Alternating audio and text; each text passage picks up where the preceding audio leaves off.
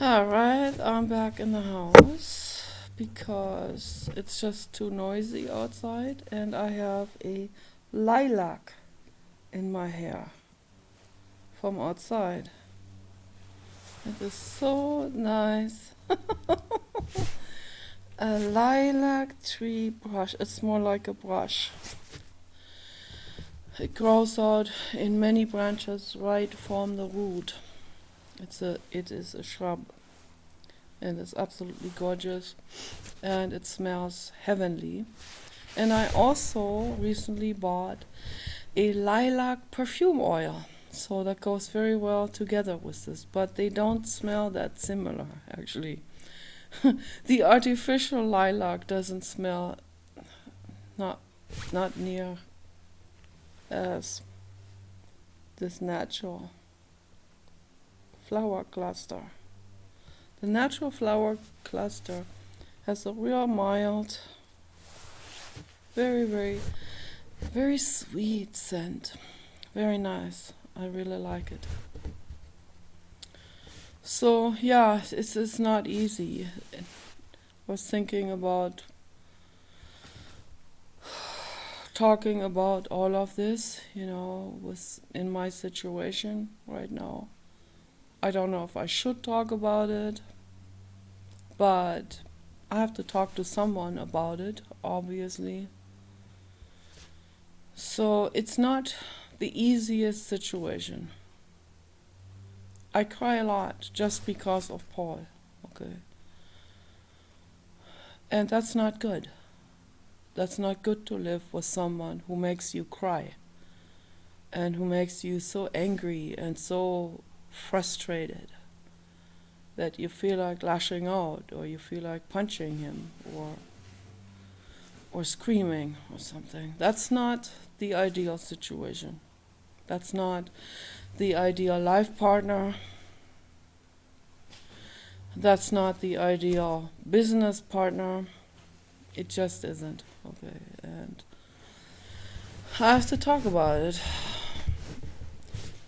Obviously, I care about him, and I know he cares about me, but it's just his mind is not, his mind is different. Very different way of processing things. He walks through life with a very self-centered, forward type of view. So if I say, I'm going to make a video for an hour outside, don't bother me with it. And then right 5 minutes in and he's coming straight over with the lawnmower. That's not respectful. No, it isn't. It is simply not respectful. It's not attuned.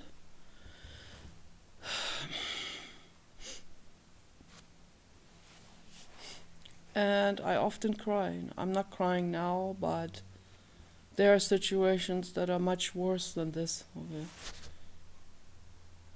Where it's ridiculous sometimes. Really ridiculous. And when I point it out, he takes offense instead of apologizing, instead of owning his mistake. He'll take offense real bad, and he'll point the finger at me, but you did this much worse at this or what. He'll fabricate something to do a rebuttal. That's not owning his mistakes. That's not true communication with someone else. That's not how communication has to be done, okay? Communication is done through, I see the other person, I see what the other person needs, I want to learn about the other person in order to protect the other person. A lot of people reverse this. They want to learn about the other person in order to have something on them. For me, it's the opposite. I want to learn something about the other so that I can avoid a problematic situation where the other person has issues, or where the other person is vulnerable. For example, if someone tells me they don't like the smell of lilac perfume oil, then obviously if I visit them that day, I will use rose oil instead.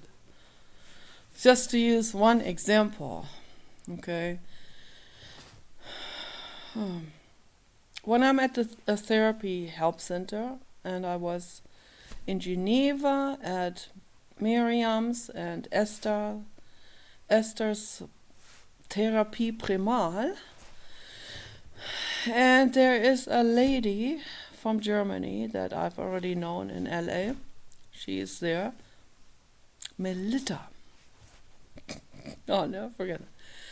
And I don't know what Melita's problems were, but there were problems underneath this problem. I already know. Okay. And Melita found fault with my overbearing, cheap Escada women perfume imitation that I bought on the street in Germany from some kind of imitation perfume street vendor. I am making a video and I'm not turning this, absolutely not turning this off now. And I've said it so many times, and I think he also forgets. Yesterday, he was cooking again, and boy, do I have to watch over his shoulders, because one time his food went up in flames. I'm seriously not making this up. I'm not making this up. That was a long time ago. We still had Kenny. I was sitting over there in my recliner chair. Over there, right there. And all of a sudden I see flames in the kitchen. I lean over to look, and there is Paul, like some kind of Petrosilius Zwackelmann in the kitchen, experimenting with some petrochemical solutions that go up in flame, and I'm going like, what are you doing? And then he throws his arms up like this. I made a mistake here. Don't bother me. And I have to extinguish the fire now. And he had to pour water on it. Oh my gosh. So that's exactly why we need robots. And we need smart stoves that have a robot brain in it. And the robot brain already sees. Old man cooking, be on guard, okay. Old man stumping off, not coming back. Turn the stove off. Ta-da! So, then maybe make some kind of bell sound, which he doesn't hear, because he can't hear very well. He is quite disabled, okay. Physically, and I would say neurologically as well, and mentally, psychologically. Okay. Mentally, okay, what do we mean by mentally? There are some issues there, okay, definitely. So some kind of, people thought it was autism, but it's not. It is dyslexia, some kind of dyslexia problem with reversing things. And I reverse things too. And I had trouble. It was difficult for me to learn to read as a child. Very difficult. But then I got used to it. You can get used to things, even if it doesn't come naturally. You can get used to things if you give it enough diligent practice. You can get very used to things, and you can practice skills that may not be your natural skills, and you can become very good at it. People have done it all over the place. People will be talked into a profession by their fathers, and they don't really like the profession, that doesn't come naturally, but then they put so much work in it that they become very good at it, and then they stay with that. And they really wanted to be something else. They wanted to become a poet, right, for example, but instead they become a mathematician or a dentist. So happens all the time, which is not good. Okay, this very self-abusive to do what the Father wants you to do. That's not good. You have to question people, including your family members. You have to, for your own good. And whatever is for your own good is also for the greater good. And by own good, I mean something that is really good for you. Something, class 1 experience, according to Tony Robbins, something that feels good, is good for you, is good for others, and serves the greater good. And those things always feel the best. They feel the best not only to the ego, but to your entire body, your inner child, your body cells, your brain cells, all of that. They all like it. Maybe the ego is edging on in the beginning, or the ego is clinging to peer pressure,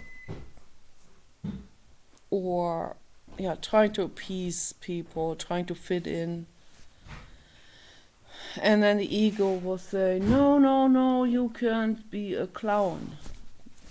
But the inner child says, I want to be a clown in a circus, right? Like, just to use this example.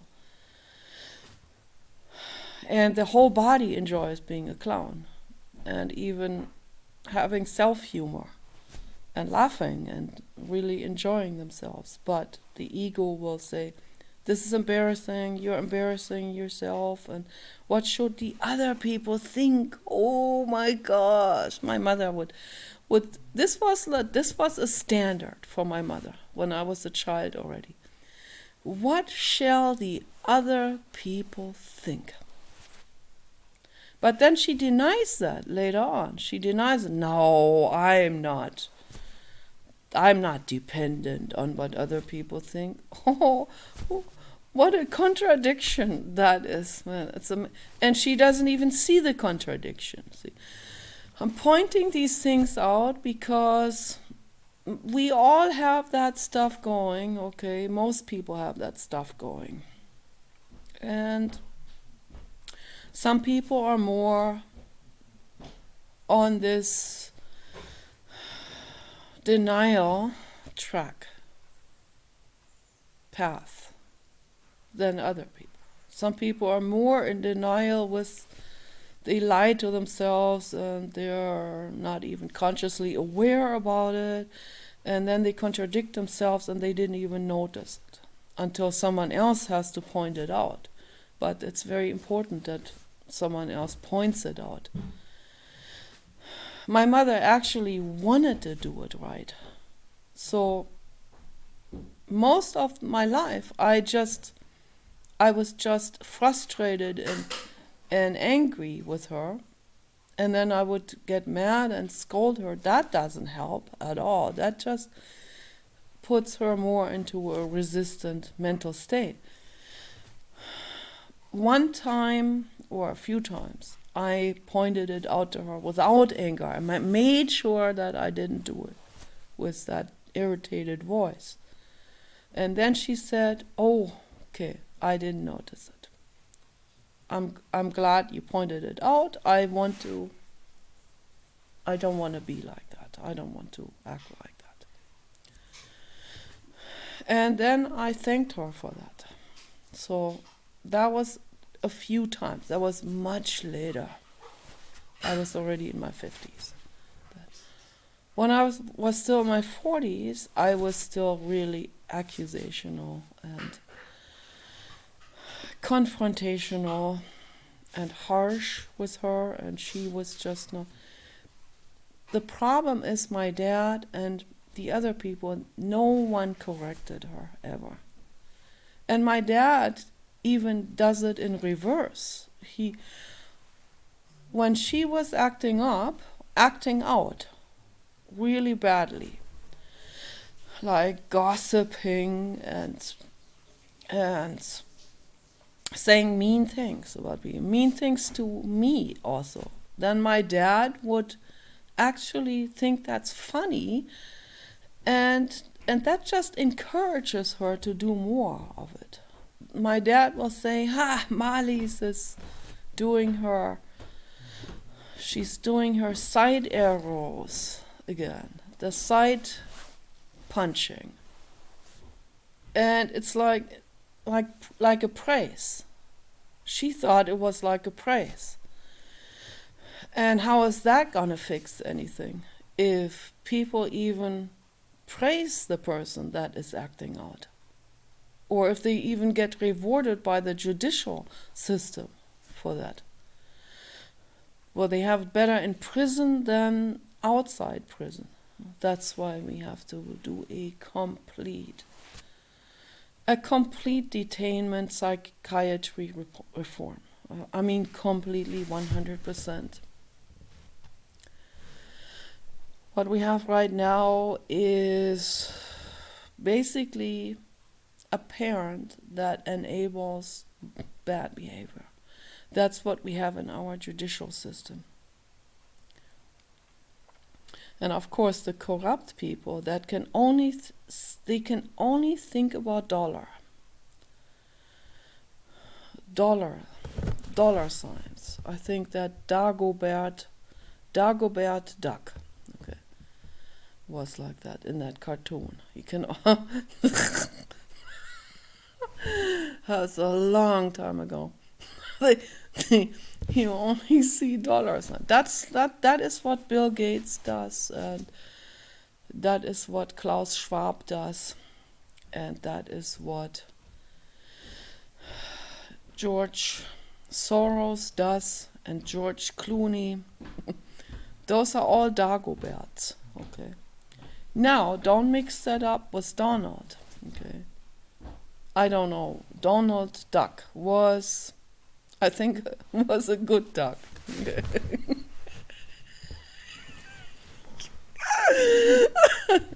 So, one thing is for absolute certain, that Donald Trump is not a string holder. Donald Trump is not to be put into that same case fire with George Soros and George Clooney and Bill Gates and Jeff Bezos and all of these horrible people. Okay. Do not put him into that case fire, okay, because he does not belong in it. Donald Trump is a unicorn, and that's the truth. And I am quoting Chris Cuomo. He said that. Chris Cuomo still has a certain percentage of CNN in his brain. He does. I read the comments all the time. You can take Chris Cuomo out of CNN, but you can't take CNN out of Chris Cuomo. I have to stand up for Chris Cuomo here and say, okay, let's be fair to both parties here. Let's be fair to Chris Cuomo, and let's be fair to the accusers. He has about 40% CNN left in him. Okay, that can be fixed. This is a problem that can be worked on. Okay, it is doable. Where there is a will, there is a way. Okay, that's all. It's an old saying. You can do it if you want to. You can fix it. And then you have a class 1 experience. I don't know if I've heart problems or something, but I have shortness of breath. That's not good at all. I can't eat cheese at all. That is not good. Definitely not good for my heart, for my lungs. So it's highly addictive, cheese. Cheese is more addictive than candy, actually. even slightly more addictive than chocolate. But I would say chocolate comes right afterwards. Those two items, chocolate and cheese, are the most addictive foods in the whole world. Very, very difficult to quit. But I quit chocolate already for 2 years now. I'm doing very well with this. I'm eating carob powder. Instead, I put that into my hot mix with diatomaceous earth and kelp seaweed and brown sugar. Very important. Brown sugar is like a supplement. It is a counterbalance to all of these white sugar items that are being forced on us on a daily basis by the corporate agenda, by those people that can only see money signs, only money, and they will force white sugar on people, even though they know that's not good for them. Okay. Those are the absolute worst sociopaths in the world. That force things on people like Anthony Fauci, who is the uncle of Chris Cuomo. So Chris Cuomo is coming from an entire family dynasty of mafia and dishonesty and corruption and lies. So let's give him a little bit time to fix himself up from that and free himself from that.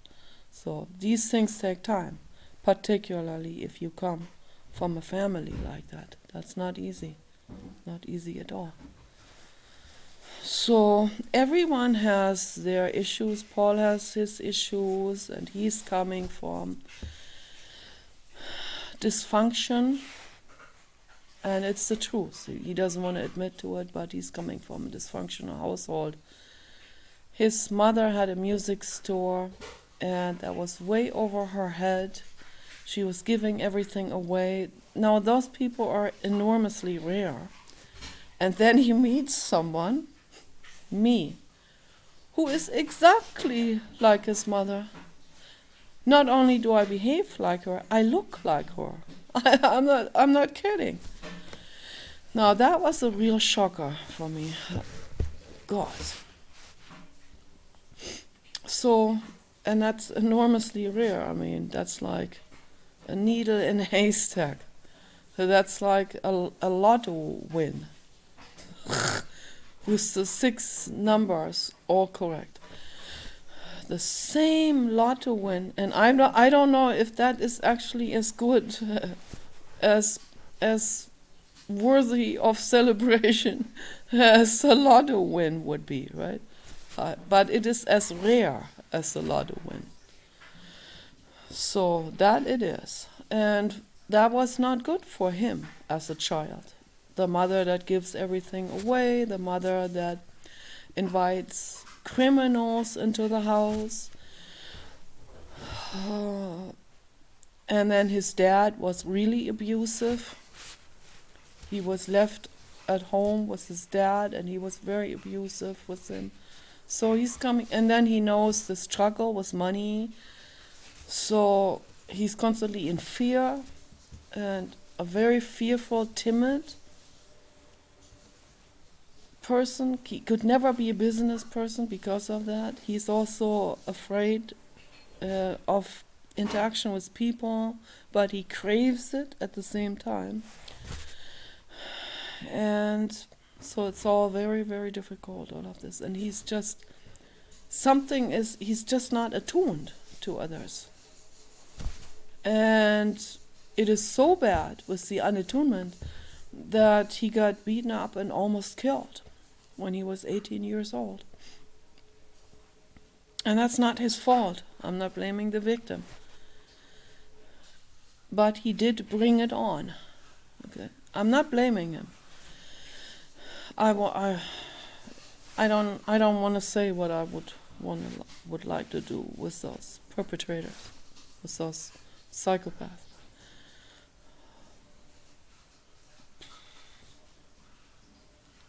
So let's not go there right now. But he told me the whole story, and he did bring it on. It's an act of self-sabotage. That's what it is. He's still not to blame, but there are situations sometimes where people are bringing these things on to themselves. And that's a fact.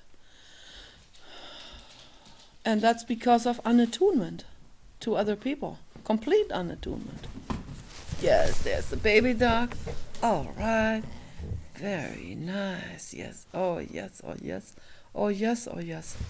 Yes, it is nice. It is 60 degrees in here, and I would say it's like 65 outside. In the sun, it's warmer, but it is okay. That's why I wear my jacket here. But we need to have therapy help centers. That's a fact. Okay, we have to have that. And if we had that, and if this became a norm to go to the community center every day from 5 to 8 into group therapy, I know Paul would not attend. I already know. He would not. He doesn't need it. No. My mother also. Should I at 70 go into therapy? No. She doesn't need it. No. She stomped her foot on the ground when I suggested it. So it's those people that need it the absolute worst. Okay. That is the fact. Okay. That's a fact of life. But man, I would be so happy and grateful if I had this community center I can go to every day from 5 to 8. Whether I am the founder or co-founder or just a sugar babe, having someone else be the founder in my ideas, and I'm just the backseat instructor. Or whether someone else sets this whole thing up without even knowing that I thought about this. I would be super happy to go there every day from 5 to 8, sit there with my pillow and my paper towel roll or Kleenex, tissues, whatever you got there. Okay. I think people should bring their own, but no, even better, we need to make paper towels and pop-up tissues, eco pop-up tissues, self-made from ragweed, the ragweed from last year, okay, and all kinds of things, garden clippings that can go on. You never ever have to cut a tree, never ever ever ever ever. There is so much debris that people, I see gardeners, they are dumping people's garden clippings. They are dumping them into ravines where they're not supposed to dump it. They're dumping it on the cemetery even.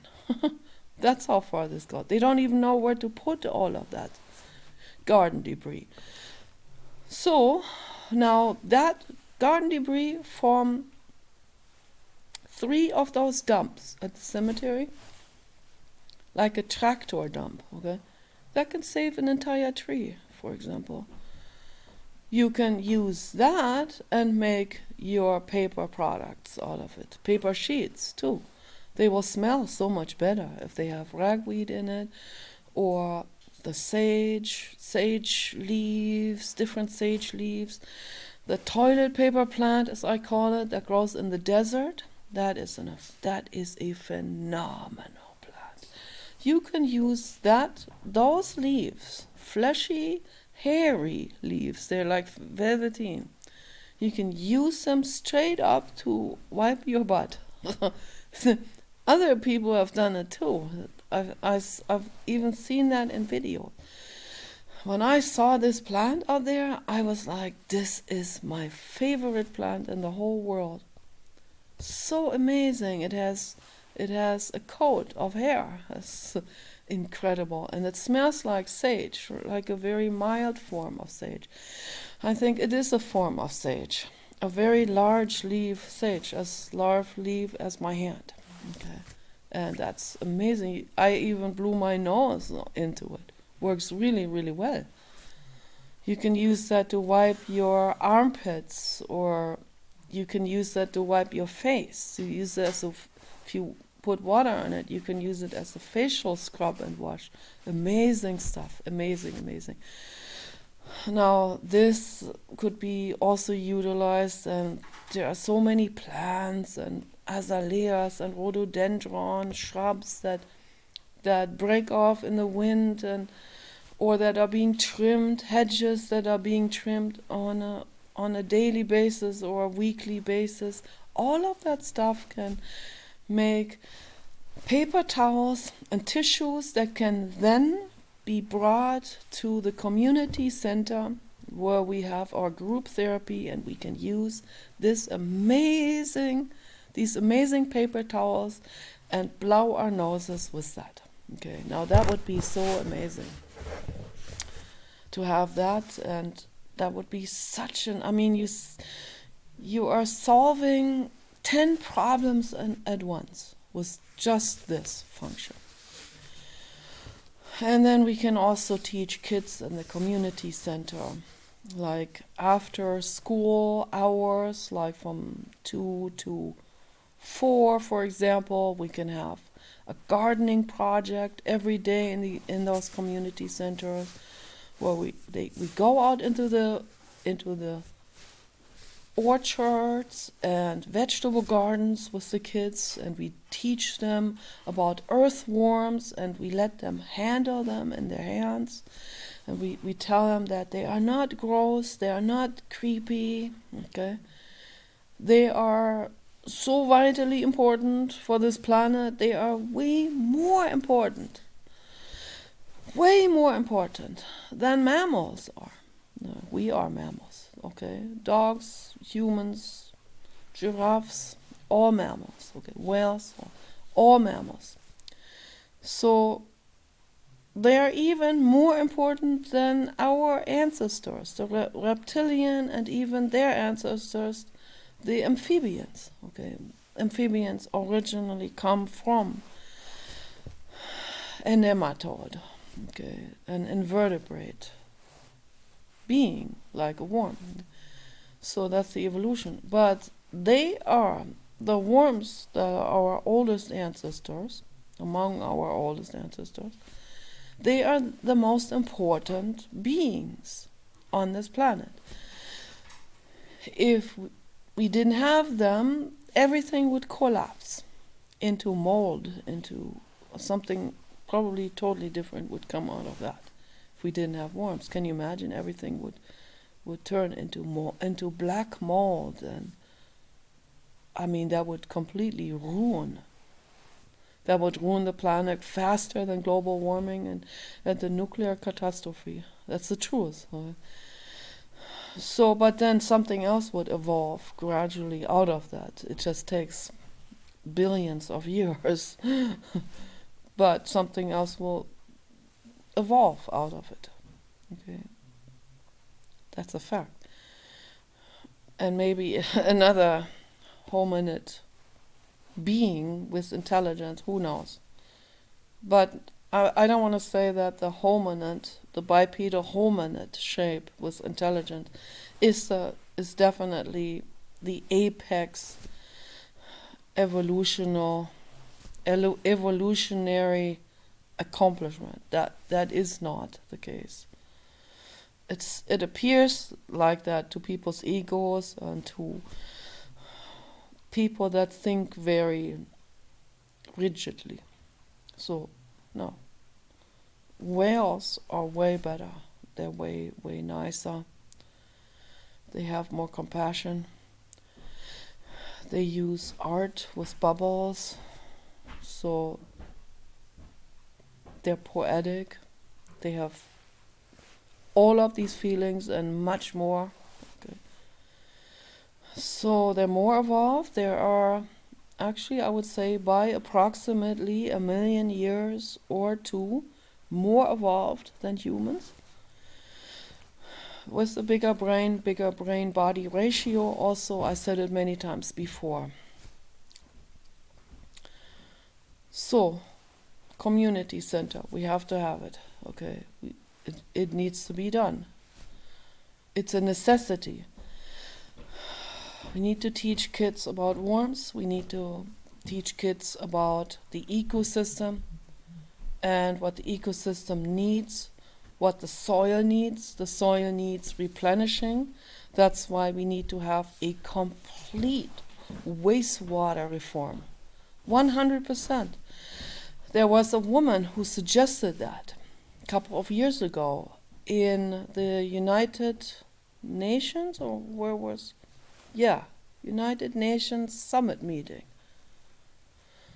A biologist, biologist speaking out in front of thousands of people, and she said it is vitally important that the whole planet switches over to the composting toilets and bringing and creating healthy soil with earthworms in garden areas, and then using that soil and put it back into the land. Put that decomposted, good smelling soil, which is the poop of the earthworm. That smells real good. That smells real earthy. Okay. And that is the poop from digesting the poop of mammals. Okay. That's pure, clean earth, fertile earth soil. You can put that in your face, the face mask with it. It's that good. That will then be put back into the field. Not raw sewage. No. This is real critical, how this is being done, in which steps this is being done. There are Asian countries where they actually use dung to fertilize. That's not how it's done. The dung is bio-waste. The dung has to go into bio-waste containers with holes in them that has to be irrigated with water permanently. Okay? It has to have holes all the way around, everywhere. Little holes that are about this wide. For an earthworm to get through, and also for a large moth to get in and lay eggs. And those are all scavenger maggots and worms that are going in it. And they eat all of that stuff and they poop out healthy, fertile earth soil, which then is the absolute top-notch, highest quality potting soil you can possibly imagine for any plant. Okay. And it will give food plants the nutrients that they need, which in turn will give us the nutrients that we need. Rudolf Steiner is the founder of anthroposophy and the founder of Veleda originally. That was his corporation that he created to make salves and balms out of 100% natural ingredients, biodynamically grown plants and clays. Okay, very, very good. So I hope they're sticking today to these principles. I can just say I hope, because when people take this over later on, different generations, you don't know if the quality stays like it's supposed to be. But he taught all over the place at universities, and he taught about agriculture, and he taught that, and he warned people that we have to decompose. We have to use composting systems and bring the stuff and bring the decomposed material back into the fields where our food plants are growing. And that is how we keep this natural life cycle intact. That's called the biodynamic life cycle. I went to a Waldorf school, so I know about this. And we have been taught gardening. That was very nice. That was the only class that made the most sense, that made really sense. The other abstract things, they didn't make much sense a lot of times because they were not context related. This is the fault I am finding with most schools, including Waldorf school. Okay, that most classes are they are abrupt, disconnected, subject fields and discussion points that are not coming from a specific daily touching, handling, using of things, okay, that is disconnected from the context of daily life. And then it doesn't make much sense to kids, okay.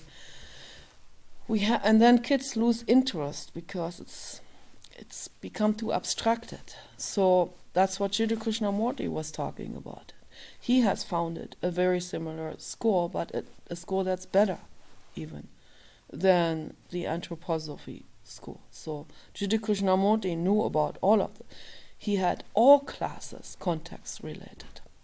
Brockwood Park, England, was a school that he founded, and he made sure that all of the classes, and he made sure to put meditation and yoga into it. That is the most important thing. For people to really even learn about their own bodies and then put that into the context of biology and all of the rather abstract information points that we are given on every day in school, right? So you have a docking point, you have your yoga, and then you understand this is how my body functions, this is how my joints function. And then I go into biology class and they dock right onto the yoga class and they go from there.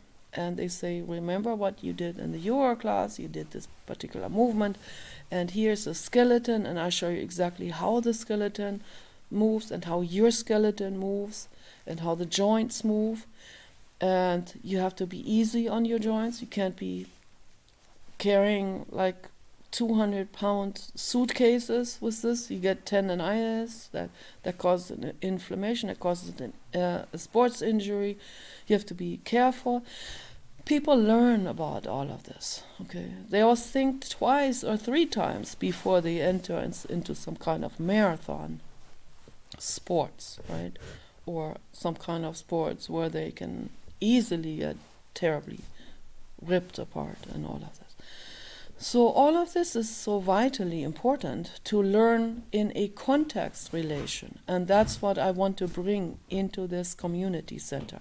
To have context relation after school hours for kids, to teach them real contextual information that they can do something with, and that will help them understand the other subject fields in school much better. So that needs to be done, okay? This is so incredibly important, what I'm talking about. But I'm shadow banned, okay, because the corporate agenda, they don't want people like me that bring truth and good information that will help the world, make the world better. They don't want that because with people being empowered and being independent and learning better and all of that and being healthier, then the blue god agrees. 4444. It's the truth. This is just the number on how far the video has progressed. Okay, it's the truth. This is not a coincidence. The numbers appear each time I am bringing up a very important point, and the blue god. I am very connected with the infinite cosmos, and I'm infinitely grateful for that. Infinitely grateful. So obviously, this is a karmic reward for eons and of lifetimes of suffering and agony. Okay. But I have eons of lifetimes to still go until I'm at the level of Elon Musk, right? Or Bom John in India. So those are the most advanced souls on this planet. Listen to Bom John, the people in India. Every day he talks about the ending of the animal sacrifices. Every single day he talks about it. He talks about it in Sanskrit, and he talks about it in Hindi, and he talks about it in English. The importance, the vital importance, the base solution, and the animal sacrifices in India and the Middle East. Okay, every day he's talking about it. People, they have coronated him, but no one listens. Right? No one listens. It's like, here is our new king, but no one listens to him. So what good does that do then? Even, they all want to get that scarf of honor put around their heads. Every one of them, Yes, that's very nice, but you don't want to be seen, so I can't show it. They want their scarf of honor, but they don't even want to listen to what Bom John actually has to say to them. He says, honor our other beings. That's what Paul is doing. He is cuddling with the baby dog. I wished I could show that, because that looks so cute. Yes, that looks so nice. Yes, that looks so nice with the sea creature lip hanging down. Yeah, there is a black and pink sea creature coming out the side of baby dog's mouth. Like a sea anemone. Anemone. That's so. Anemone. My brain always reverses stuff. So, yeah, this is all absolutely vitally important. My hair is split, and the plant doesn't want to come out right away.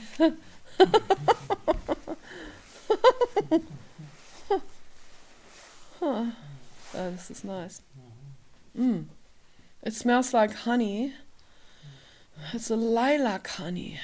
That's what it smells like. Absolutely amazing.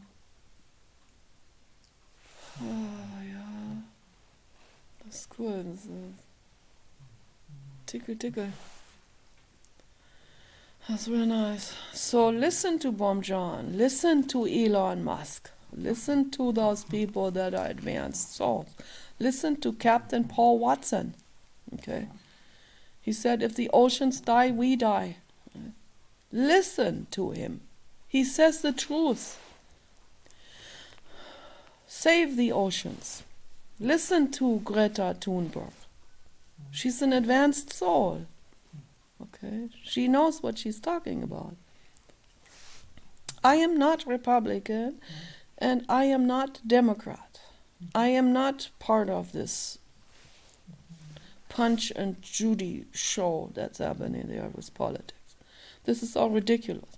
People, they latch onto some kind of bandwagon, and then they just stick with this because that's part of that platform or whatever. That's not how it goes, okay? So I am against the corporatists on either side, okay? That they will say, oh, now that we have this, now we can promote whatever, the fundamentalism again. Or now we have this, now we can promote the drilling or or the fishing industry. No, you can't. Okay, you can't promote any of these exploitation horrors. Okay, and it doesn't matter which side you're standing on. Don't stand on any side. Okay, think for yourself. Okay, and then the other side, well, they may have some environmentalists on their platform, but that's just incidental, you know. They are not environmental. The Democratic Party is not environmental either. They're anti-environmental. And the Republican Party has always been anti-environmental. And then the Green Party, you think the Green Party is good? No, they were created with Ralph Nader. Ralph Nader is a total corporatist. They were created to take votes away from Al Gore. That's what they were created for. Or they wouldn't even have been created in the first place. Who funded them? The Republican Party and the corporate stringholders at that time that were full force with the Republican Party. So at some point, tides shifted quite drastically. That doesn't make it now into complete reversal. That doesn't make it now that the Republican Party is the good party. No, they're still not a good party. But yeah, the Democratic Party is completely taken over parasitically by the corporate agenda, like 100%. So Elon Musk and Donald Trump literally rescued the Republican Party from having that happening to them. They rescued the Republican Party. The people in the Republican Party, whoever is running this as their corporation, they should be very grateful that their political party was rescued. The other party is finished, completely finished. There's no more value in the Democratic Party at all. It has been corporatized and it has been made mafia. So is that what you want? That's not what I want. And the Green Party is just a complete puppet. The Green Party is a complete facade here in the United States. There's nothing to do with anything green. Ralph Nader was already starting this woke movement, and all for a reason, all for thinking way ahead in time already into how the corporate agenda will then utilize that for their own personal gain, and that's exactly what they did. Okay, you have to think outside of all of this and think for yourself and research things. And research things way beyond what this or that person says or this or that reporter says. You have to really connect the dots with things. And most people are just too lazy to do it or don't have the time to do it. And they just... That's intellectual laziness to go to CNN and accept what these people say. That is not helping the world. It's not helping your life. That's not helping anyone. So we have to be independently thinking, and we have to go about politics independently. This is very, very vitally important. So, and then I developed the closed center, which is the sanatorium. Everything will be applied there as well. The only difference is the sanatorium is basically it's a detention island. It is a compound, a large compound, but surrounded by a tall wall. Maybe the wall should be 10 feet high, but no razor wire, because that's not good for the animals. 10 feet tall, that makes it a little more difficult to climb over it. You have to be a rock climber of some sort. And then maybe, and I bet most drug dealers that want to smuggle drugs into that compound, they think twice before climbing on that high wall. So I don't know what they might sling something over it. A package of fentanyl. People will go through all kinds of lengths to sell their drugs and all of that. It's really nasty what's going on. They completely own Canada. The drug mafia completely owns Canada. Canada doesn't even have politics anymore. Canada is a dictatorship of the drug mafia. And the public want Donald Trump and Elon Musk to rescue them and make them a state of the United States, which is desperately needed to save that country and the people and the animals there. And they want it. But the news are not going to tell you that. The news will portray this very differently than it actually is. It is so bad in Canada what they do. They have a euthanasia there for people that kills people slowly. It takes a week until they die. I saw a documentary on this. A woman spoke out. She blew the whistle on this. It is so bad. They suffer so horribly from these horrific drugs. And I don't know why they're doing this. Are they sadistic? Or what is this? Or is this because of greed? And then they don't care how much they suffer? Or I don't understand. Yes, we need to have euthanasia. The United States probably has the majority of people and politicians against it. But we need to have euthanasia, but not what they have in Canada. Not a cruel way of dying, okay? I talked about this before. This is really important that people know this.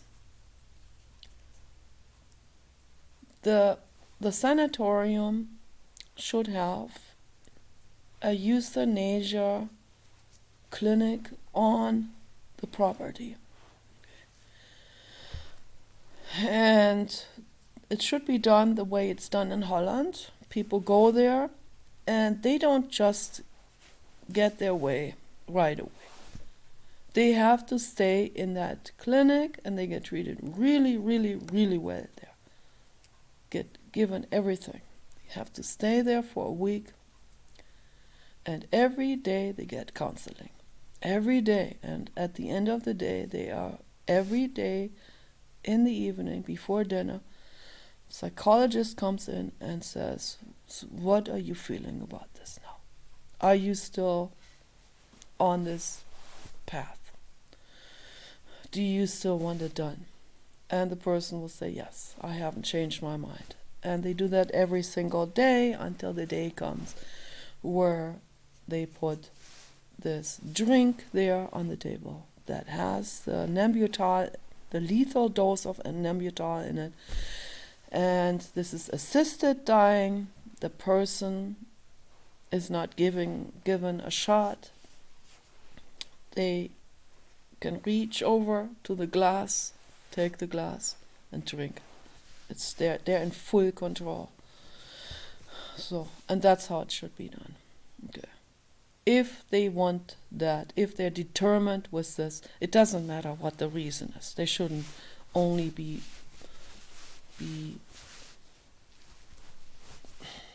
terminally ill with some terminal horrific illness, or some horrific whatever people have sometimes. Unacceptable, okay? Or horrific mental illness, to the point where they absolutely there was I watched with my dad a long time ago in Germany. We watched a documentary film on pedophiles. And at the end, my dad, and I wonder how far my dad was also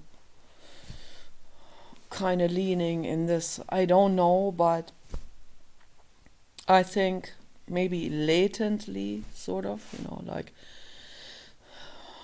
not overtly, more covertly, latently, with thoughts like that. That's already, if a father has a thought like that, that's already bad for a child. That already is bad. But this is a mental illness, okay, and it needs to be treated as such. And my dad said to me that he has seen something or talked to someone, he saw some kind of criminal report. There was a pedophile that was in prison in Germany. I think it was somewhere in the 80s.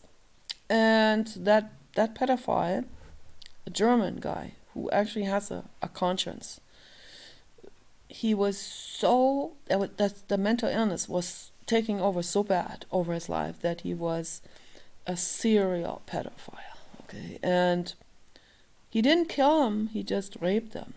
He raped 6-year-old, 7-year-old girls. Okay. He was so overtaken by this urge. They incarcerated him, and he was not going to get free. He was going to be there for the rest of his life. And he was like 40, so you'd be in there for another 50 years.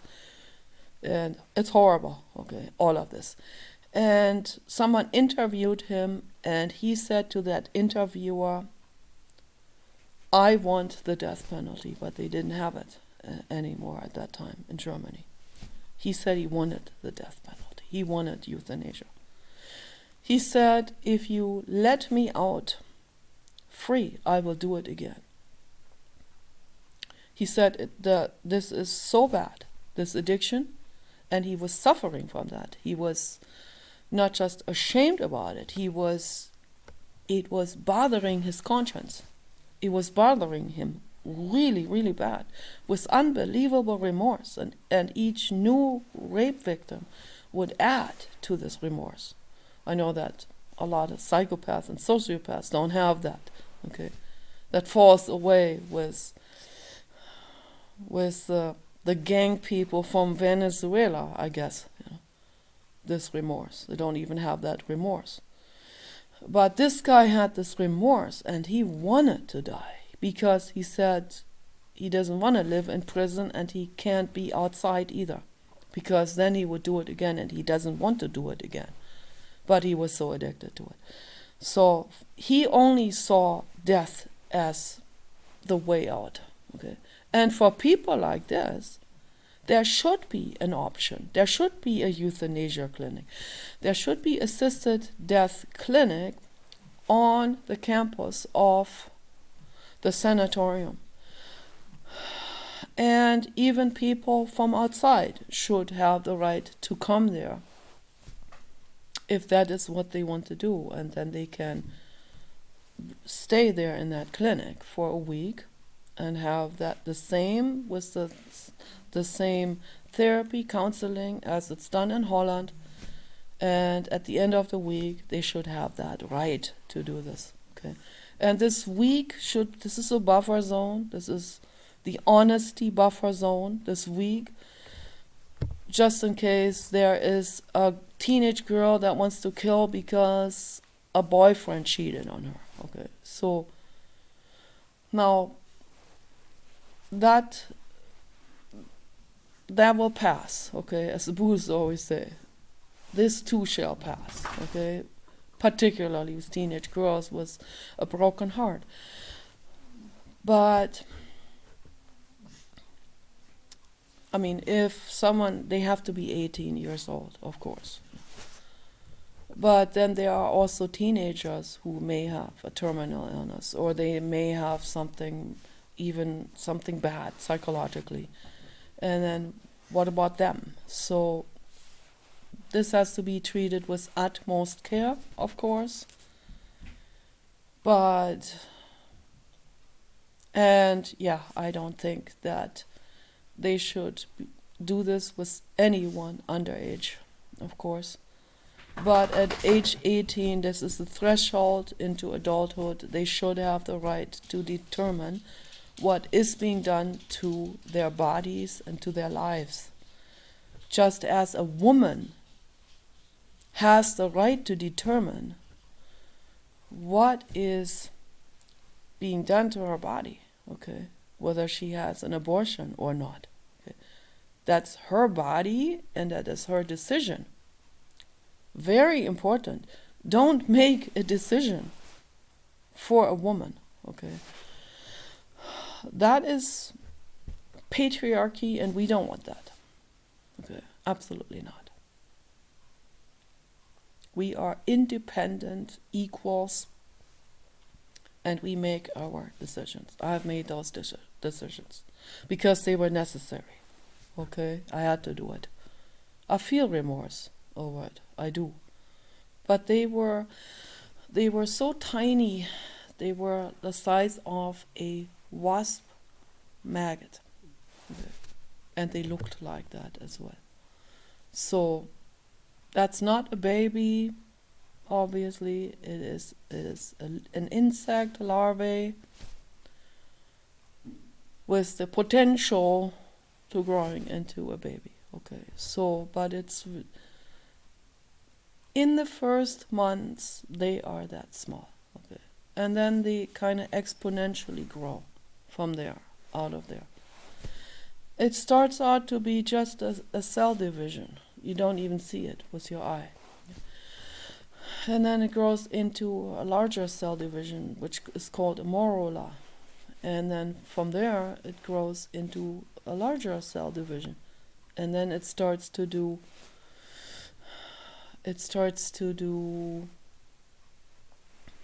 cell differentiation, where cells become certain cells of the body. And then they differentiate each other from stomach cells to arm cells or whatever, face, torso, okay, so all of that. But that being goes through the entire evolution of the human lineage in stages, okay? Most people don't even know about any of these. This needs to be taught in school. And I bet it's not even taught because they want to keep people ignorant. But women have the right to terminate their pregnancy. They should have the right. And where do you draw the line with this? With the progression of the embryo. That's very difficult to draw the line somewhere. I draw the line at actually 1 month. So, and they were under 1 month or just 1 month. The farthest evolved was 1 month. That was a long time ago in Germany when I was 19. So that's all sad, it is, okay? But it would be even more dramatic and horrific to bring a child into a situation that is absolutely unbeneficial with a grandmother that doesn't even want them, and me dependent on this grandmother, my mother, okay, so dependent financially on my parents, and then my parents, they would be having then an influence on the grandkids and in a bad way. So as they made me crazy, they would make them crazy. So that's not a good situation, obviously. So if I had married that rich man, the fruit merchant, that my mother did his divorce for him. He wanted to be part of our family. He liked me a lot. I should have, but he was twice my age, and I didn't even think about it. I was completely meshuggah at that. I was completely crazy. I didn't know what I never thought about the future. I liked him a lot, but it didn't even occur to me that he had a girlfriend. Of course, it didn't even occur to me that maybe I should hang out with him more. But then I would take him away from his girlfriend, And I liked that lady very much. So, but if I'd gotten together with him, my entire future would be sealed in good fortune, okay? And then I can have a child. Then that would be an option, okay? But not the way I lived my life. Not that trajectory I took for my soul school. The roughest one. The roughest soul school in the whole world. So, no, it's not very good.